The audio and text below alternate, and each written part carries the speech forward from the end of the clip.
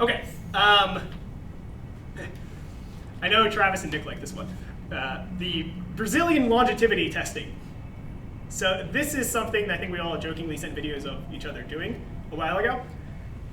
You're going to have someone go cross-legged here, control themselves down, sit, come back up, control themselves up. It was initially used by a Brazilian physician who is looking at fatality risk in older adults and determined that, hold on, let me see if I can pull this out, determined that individuals who were unable to complete that basic test who were above the age of 65 lived 5 years on average less. No, it's way more. So it depended on how many points of contact you had.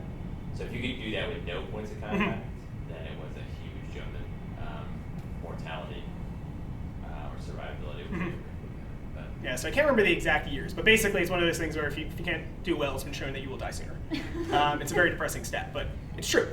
it's kind of like grip strength, right?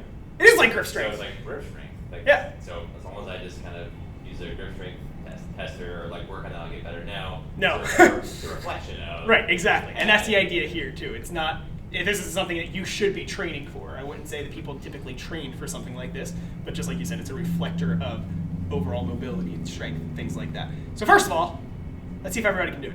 All right?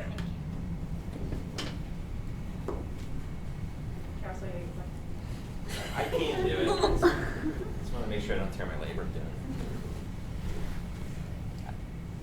What did we ask? Who was in the clinic yesterday? We asked him to do a burpee. It was, who was it? Who's our surgery guy that's had like 14 spine surgeries? Oh, Paul. Paul goes, I can do the first part. I have to use one, so I'm using one point of contact to do it. Or I could, I'm just trying to hold that to do it. That is not good. Why do you feel like you can't do it? I feel it's a hip mobility issue. It looks like a mobility issue. This is, again, an evaluative tool. I wouldn't tell somebody you're going to die if you can't do it, necessarily. You can, depends on the type of patient. You can motivate them in that fashion. I might tell somebody who's 30 that. I might not tell somebody who's 70 that you're probably going to die soon. But it is a tool that you can use to evaluate, again, hip strength.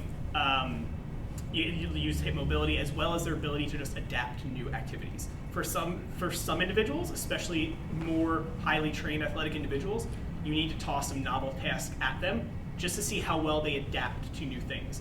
Because if you have somebody who is a powerlifter come in and I do squat testing, deadlift testing, and pressing tests, I'm not going to be like, oh, that's problematic. You want to see how they look with novel activities, because athleticism is not measured based off of someone's ability to do something that they're trained in well. It's more in your ability to acquire new skills. Like I tell people all the time, like I did mixed martial arts, wrestling, and boxing when I was younger.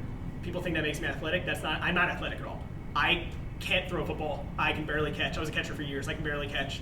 I'm really good at kicking hard. I'm really good at punching. That does not make me athletic.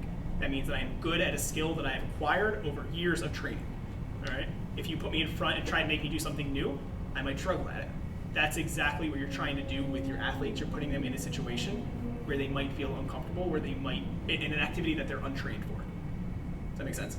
So that's just one example of an activity that does combine a lot of different movements, but it's something that most people don't prepare for.